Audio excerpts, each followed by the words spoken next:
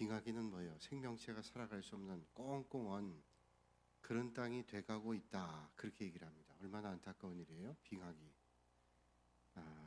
그 의미에는 이제 한국 교회가 또 이 땅의 교회들이 성장을 멈추고 성장을 멈출 뿐만 아니라 성장이 오히려 퇴보하는 감소 현상이 일어나게 되고 또 성장이 숫자적으로 뿐만 아니라 우리의 믿음이 점점 얕아지고 성숙은 고사하고 우리의 믿음의 그 두께가 점점 얕아지면서 우리가 정말로 예전에 있지 않았던 믿음의 현상들이 드러나게 되고 그런 모습들을 보면서 이 땅의 교회들이 이제 빙하기를 만나고 있다는 그런 얘기를 하고 있습니다.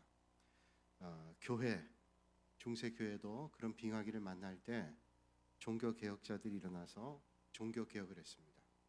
지금도 스위스의 제네바에 가면 바스티옹이라고 하는 공원에 종교개혁 기념비가 세워져 있는데 그 종교개혁 기념비에 네 사람의 동상이 있습니다. 깔뱅을 도왔던 파렐이라고 하는 사람, 또 깔뱅, 우리가 잘 알고 있는 낙스, 그리고 좀 여러분 생소하겠지만 베스라고 하는 사람. 그래서 파렐, 깔뱅, 베스, 낙스, 존 낙스 네 사람의 동상이 있어요. 그 사람 종교개혁자들이죠. 물론 마틴 루터도 있고 쯔빙글리도 있고 여러 사람들이 있지만 그 스위스의 종교개혁을 했던 네 사람의 동상이 있는데 그 동상 뒤에 아주 큰 라틴어로 이렇게 쓰였습니다. 포스트 테네브라스 룩스라고 써 있습니다.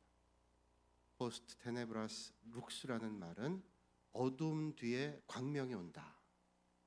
지금 교회가 캄캄하고 어둠 가운데 있지만은 반드시 광명이 올 거다.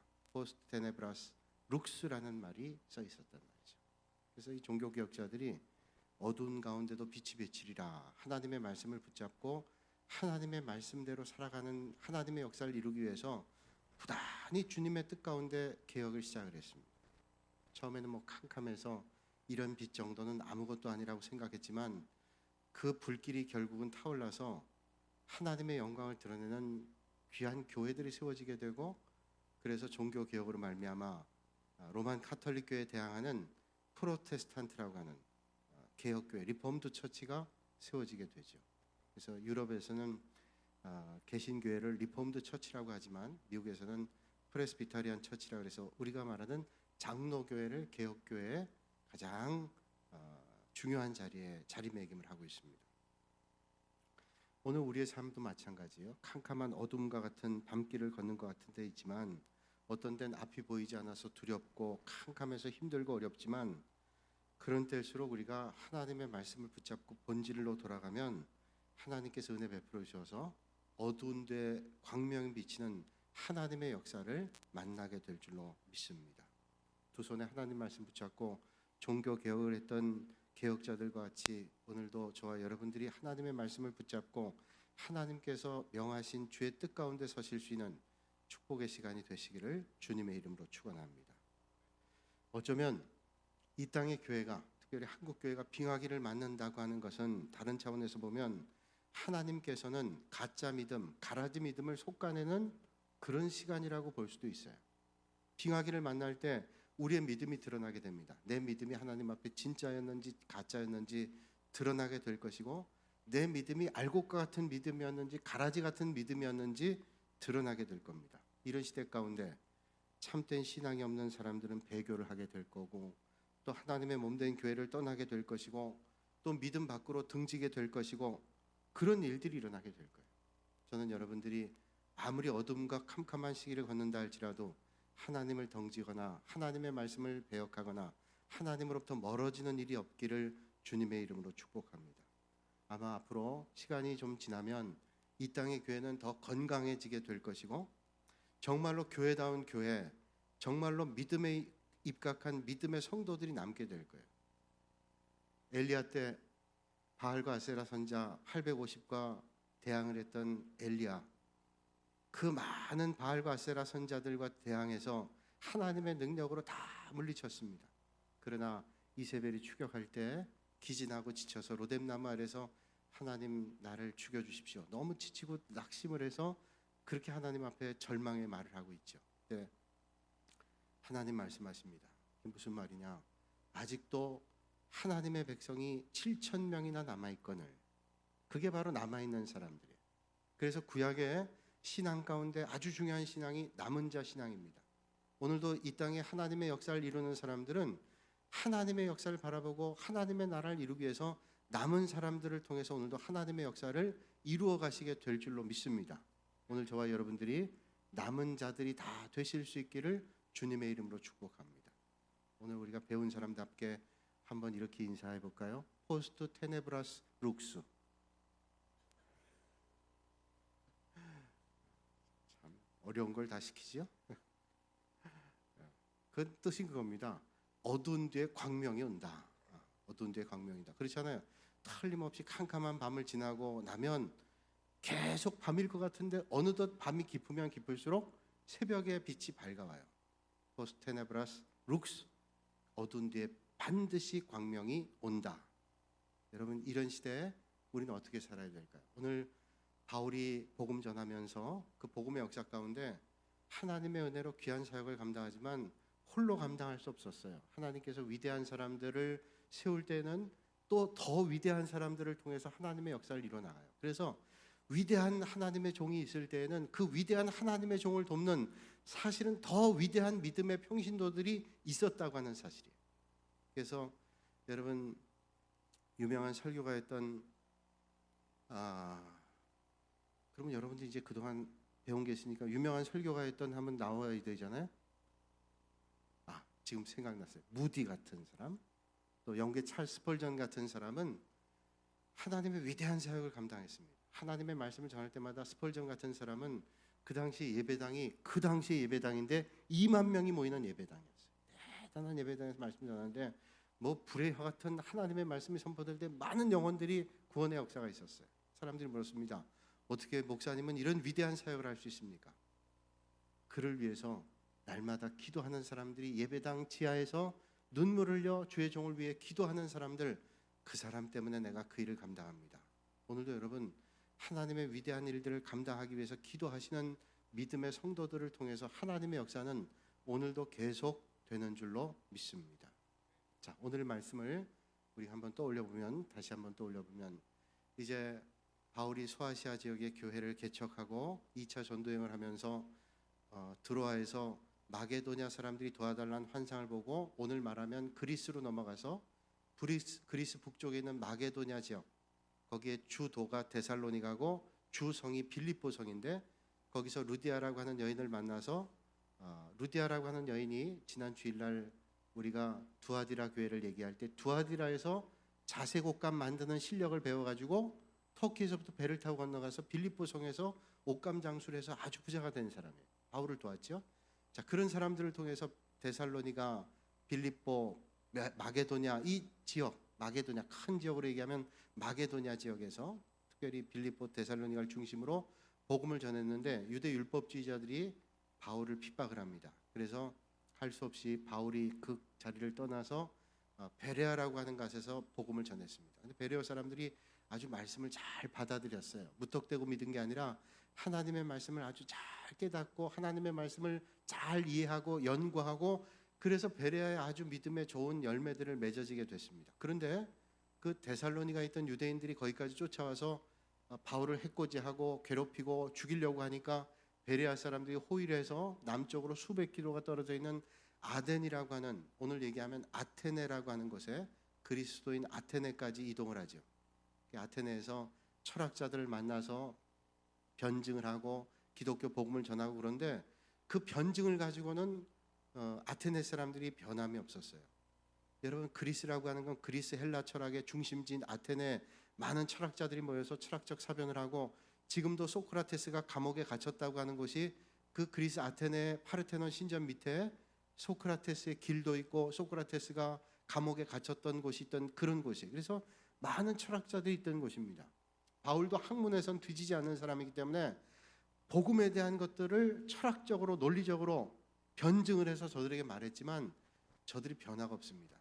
몇 사람의 복음을 받아들인 사람이 있었지만 바울이 복음을 전하는 곳마다 교회가 세워졌는데 아테네에서는 교회가 세워지지 않았어요. 결국 그래서 큰 어떤 면에서는 복음을 전하다가 낙심을 경험하죠. 그래서 서쪽으로 한 80km 떨어져 있는 고린도라고 하는 곳을 갑니다. 고린도. 그래서 그리스를 남북으로 크게 두 덩어리라 그랬어요. 그래서 고린도는 남쪽 북에 속해 있는데 그 중간에 한 8km가 되는 것을 추후 1세기 정도에 로마의 황제가 길을 뚫었어요. 근데 완전히 뚫지 못해서 한 300~400년 뒤에 완전히 뚫게 되는데 그게 고린도 운하라고 하는 그런 말씀드렸어요. 지난 시간에 이 고린도 운하를 우리가 사진으로 봤잖아요. 그 고린도 운하, 거기에 이제 그 운하를 통과하지 않고 남쪽으로 돌아간다면 거기는 바닷길도 험하고 그래서 많은 사람들이 어려움 당했기 때문에 이 고린도 운하를 통과하게 되면 훨씬 용이하게 되는 거예요. 그래서 고린도 운하도 있고 또 북과 남을 연결하는 통로가 고린도에 있었기 때문에 그레코 로만 시대, 로마가 통치하고 있었던 때 큰 도시 세 개가 있는데 가장 큰 도시는 로마, 이탈리아에 있는 로마가 한 100만 명 모이는 도시였고, 두 번째 도시가 고린도라는 도시고 고린도가 한 75만 명 정도 모였고, 그 다음에 에베소라는 도시가 한 50만 명 정도 모이는 그 세계 3대 도시가 있어요.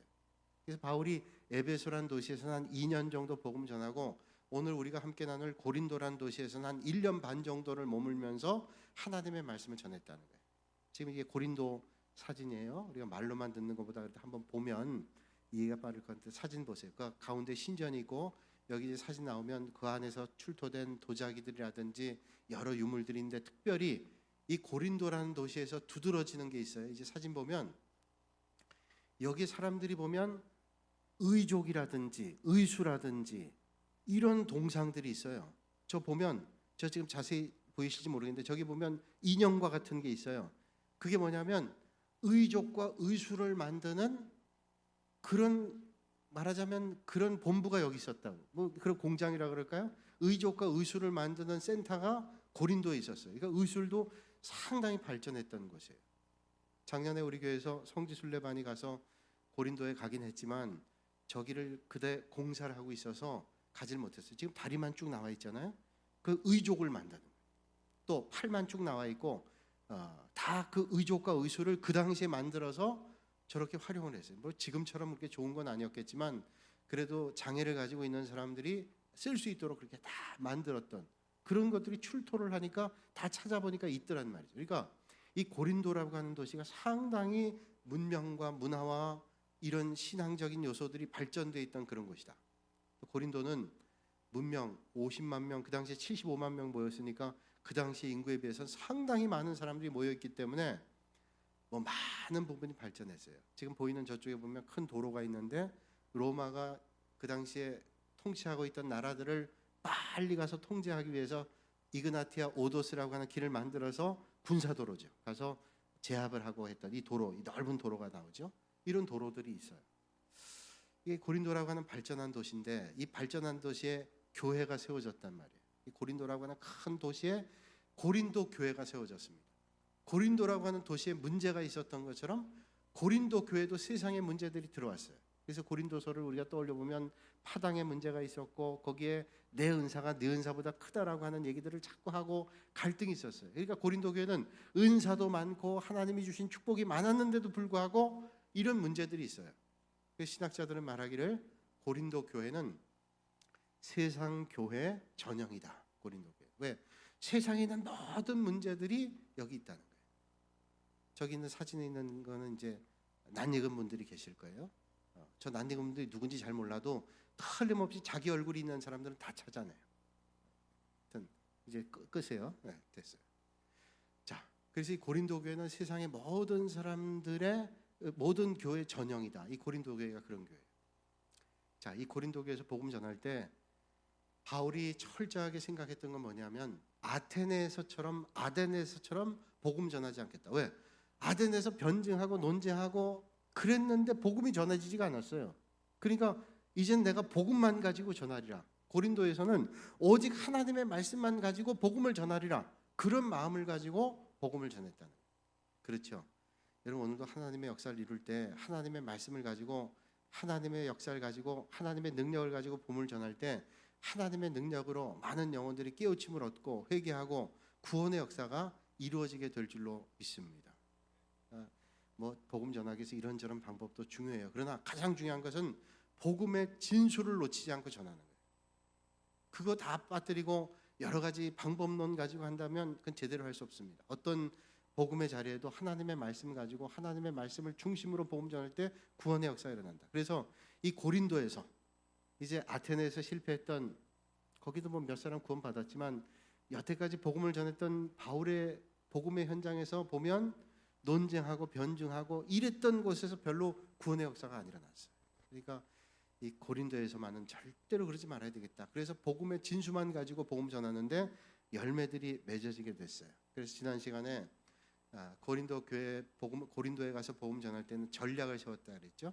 전술과 전략인데 전술을 큰 거라 그러면 전략은 아주 구체적이고 그런 것들을 통해서 복음을 전하는데 바울이 복음 전할 때 큰 도시 중심으로 복음 전했어요. 물론 작은 도시, 농촌, 소홀히 한 게 아닙니다. 그러나 이제 복음을 전할 때 긴급성이 있기 때문에 긴급하니까 많은 사람들을 만나기 위해서는 어떻게 하겠어요? 많은 사람들이 있는 데 가서 복음 전해야 되죠. 그래서 에베소라든지 또 소아시아에 있는 큰 도시들을 찾아가서 복음 전하고 이제 뭐 마게도냐라든지 베레아라든지 그리고 아테네라든지 고린도에 이르기까지 큰 도시에서 이제 복음을 전하게 돼요.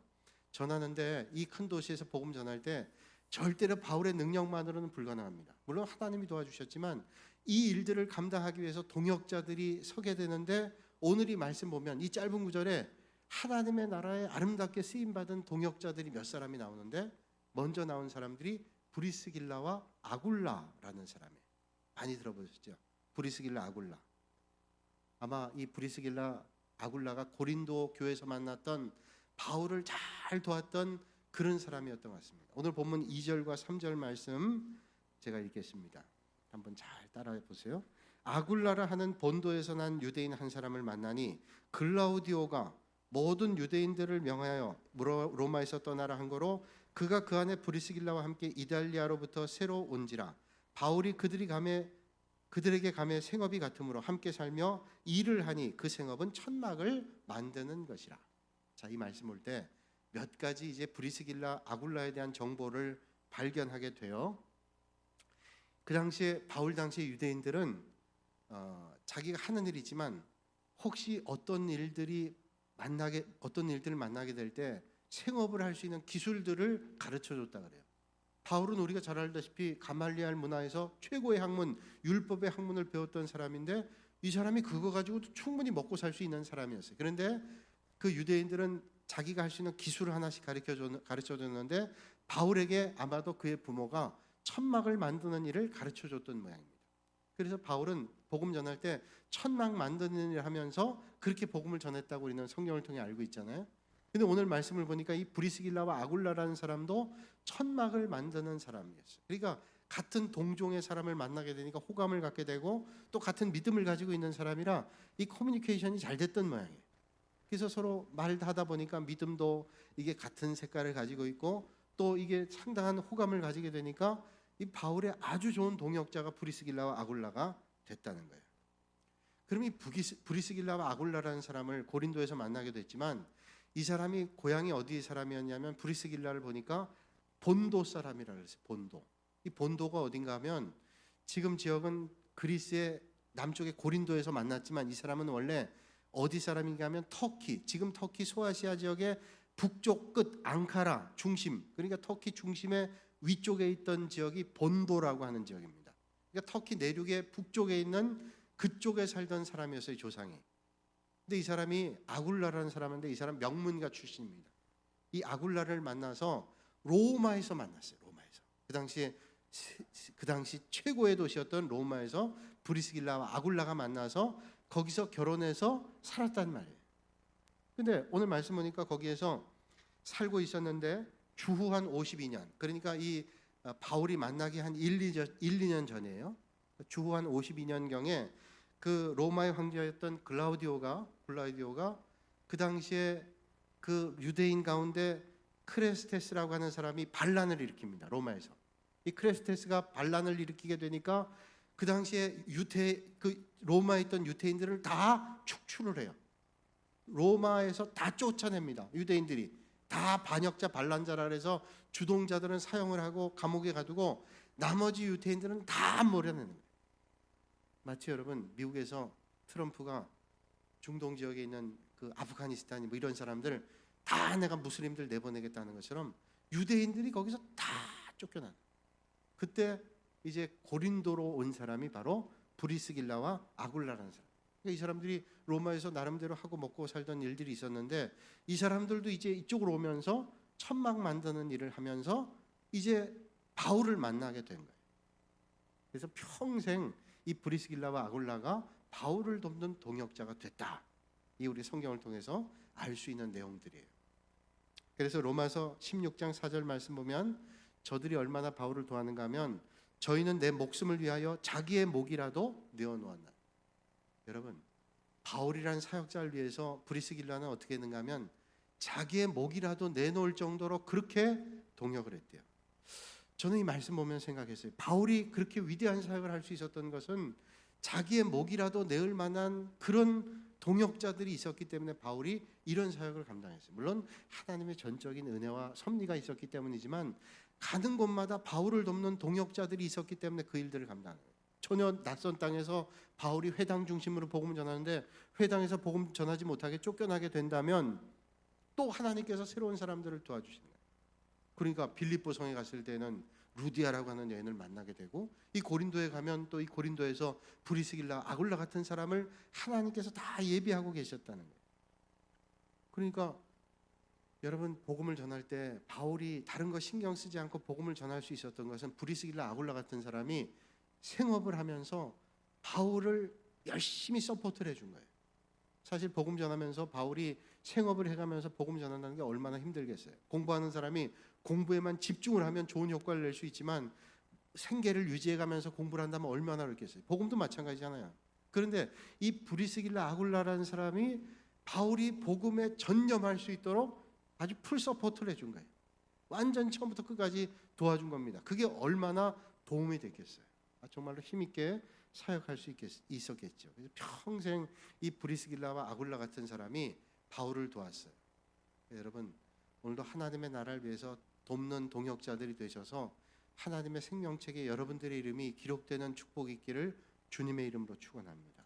오늘도 그런 사람들이 얼마든지 있어요. 교회, 주님 몸된 교회 그런 분들이 사실은 많아요. 표는 내지 않고 드러내지 않아도 정말로 그 마음을 읽고 돕는 분들이 우리 교회도 얼마나 많은 분들이 있는지 몰라요.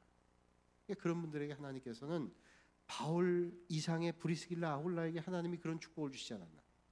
여러분 목회자를 돕는 사람에게는 목회자상을 받게 되고 선지자를 돕는 자에게는 선지자의 상을 하나님이 주시는 것처럼 저는 여러분들이 하나님 나라에 하나님의 종들을 도우셔서 하나님이 종이 받을 상들을 여러분들도 다 받으실 수 있기를 주님의 이름으로 축원합니다. 그래서 평생 이 일들을 했어요. 우리가 사람이 이 땅에 살면서 어떤 삶을 살아야 될까요? 우리가 이 세상에 살면서 여러분 나름대로 생각할 거예요. 그러나 우리가 뭐 돈 버는 일도 있고 명예를 얻는 일도 있고 권세를 잡는 일도 있어요. 그러나 우리가 적어도 믿음 가운데 있을 때 그걸 가장 가치 있다고 생각하지 않아요. 적어도 우리가 믿음 가운데 있다면 내가 대통령 돼서 권세를 잡는다. 이건 세상에 권력을 잡기를 원하는 사람들이 꿈일 거예요. 그러나 예수 믿는 사람들은 적어도 그러진 않을 거예요. 물론 대통령이 될 수도 있어요. 그러나 우리의 꿈은 어떤 가치를 가지고 사느냐, 하나님 앞에 어떤 존재로 사느냐, 이걸 늘 생각하며 살 거예요. 내가 아주 세상에서 작아 보이는 일을 할지라도 세상에서 커 보이는 일을 할지라도 우리의 적어도 가치관은 내가 하나님을 위해서 기쁘시게 해드리는 삶을 산다. 그게 가치 있는 삶이죠. 내가 아무리 돈을 벌고 아무리 유명한 사람이 되고 아무리 세상 사람들이 다 알아주는 사람이 된다 할지라도 하나님께서 넌 도대체 뭘 하다 왔냐라고 물을 때 나는 열심히 돈 벌다 왔습니다. 그러면 그 자식들은 그것 때문에 덕보고 주변은 그것 때문에 풍요롭게 살지를 모르지만 그 인생을 가치 있다고 얘기하진 않을 거예요. 너 열심히 벌다가 왔구나. 너는 이미 세상에서 잘 먹고 잘 살았으니까 그걸로 끝이지 않아요? 너무 심하게 얘기했나요? 그러나 하나님 그러실 것 같아요. 너는 너만 위해 살다 왔지 나하고는 상관이 없는 사람. 너 아주 유명한 대통령, 아주 유명한 권세 있는 사람인데 너 그러다 왔는데 그게 나하고 무슨 상관이야? 아무 상관이 없다면 그건 우리는 가치 있다고 말할 수는 없을 거예요. 그러니까 적어도 가치 있는 것은 내가 세상에 볼 때는 작은 일을 할지라도 내가 주님 몸된 교회를 위해서 그래도 이른 아침부터 새벽에 기도하면서 새벽에 교회를 위해서 종을 쳤습니다. 종치기 그거 별거 아닌 거라고 얘기한다. 그건 뭐 별거 아니야. 별거 아니긴 왜 별거 아니에요. 얼마나 힘든 일인데. 그래서 주시는 하나님의 축복이 있어요. 저는 김상훈 목사님 설교를 들을 때 가끔 그런 말씀. 자기가 어릴 때 교회를 가서 매일 새벽 기도를 가서 종치기를 했대요. 종치기. 그래서 내가 지금 받는 복과 은혜가 종치기 할 때 받은 복과 은혜 때문에 했다는 거예요. 저는 그게 무관하지 않다고 생각해요. 하나님 앞에 작은 일이라 할지라도 충성하는 사람에게 하나님께서 아마도 큰 일을 맡겨주시고 넌 참 잘했다고 칭찬받는 그런 인생이 될 줄로 믿습니다. 그러니까 브리스길라와 아굴라는 바울 같은 위대한 사람을 만들 수 있도록 정말로 도왔던 사람이에요. 그러니까 어떤 의미에서는 바울은 그래도 영광 받았잖아요. 핍박도 받았지만 그 영광도 있었잖아요. 그러나 브리스길라와 아굴라는 그 바울이 사역하기 위해서 묵묵히 뒤에서 도왔으니 또 그 도우면서 핍박도 받았잖아요.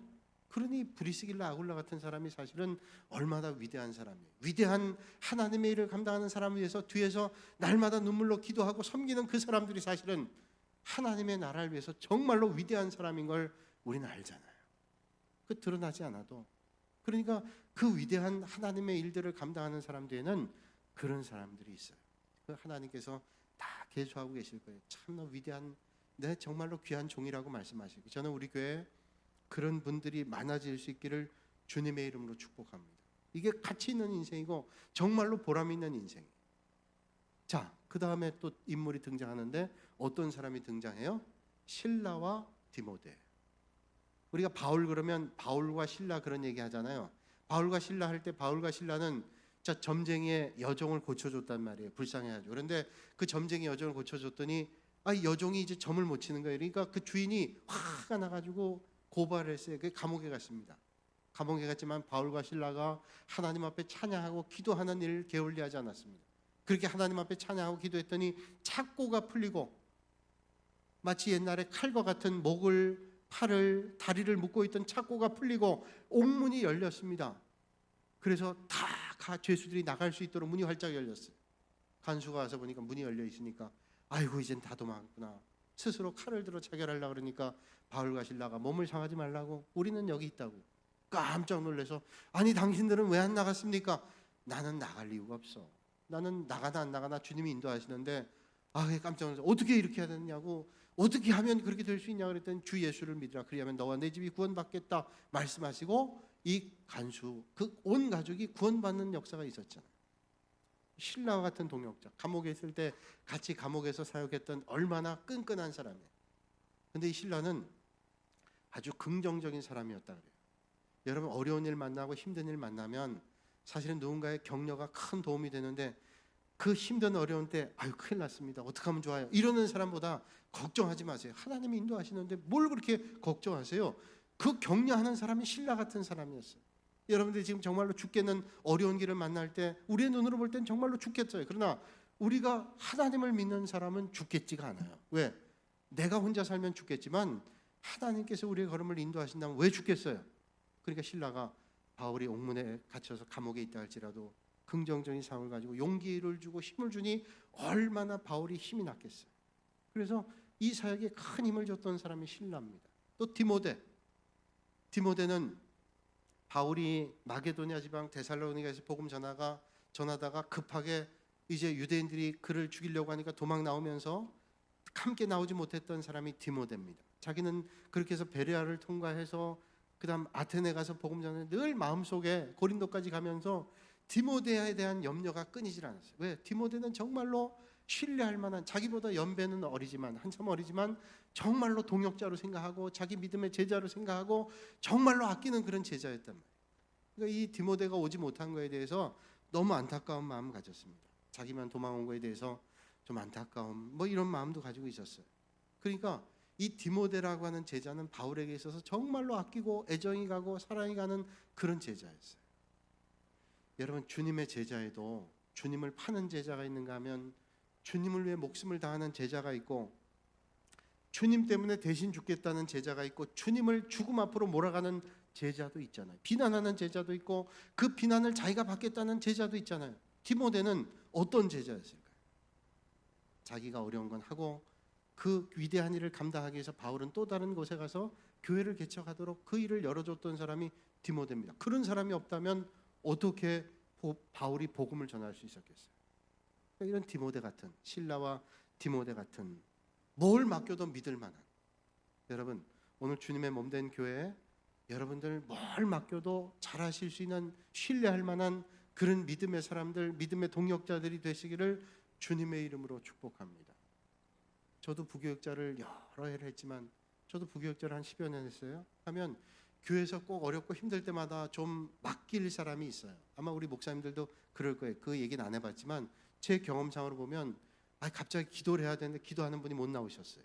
헌금해야 되는데 헌금위원회 해야 되실 분이 못 나왔어요. 그러면 부탁하는 분들이 있어요. 어떤 분에게 부탁할까요?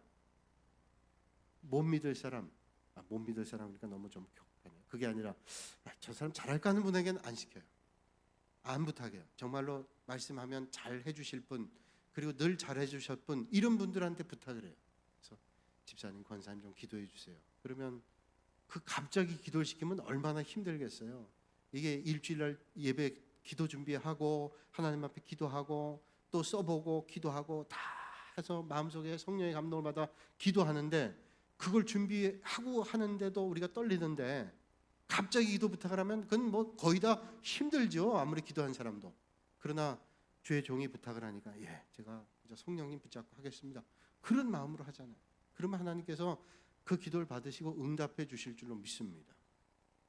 제 친구 목사 가운데 제가 설교 때 가끔 말씀드리는데, 제가 그 얘기를 듣고 은혜를 많이 받아서 그래요. 그 친구가 삼양동의 어떤 교회에서 부목사로 있을 때인데, 담임 목사님이 이렇게 수요예배 설교를 하시려고 강대상에 앉아 계시다가 몸이 너무 안 좋으신 거예요. 그러니까 도저히 내가 설교를 못하겠다 생각해가지고 부목사님 불러서, 목사님 내가 도저히 설교를 못하겠는데 목사님 설교해 주세요. 지금 설교를 해야 될 시간에 설교를 해주세요. 그러면 목사님이 설교가 여기 있다가 버튼만 딱 누르면 나와요? 안 나와요.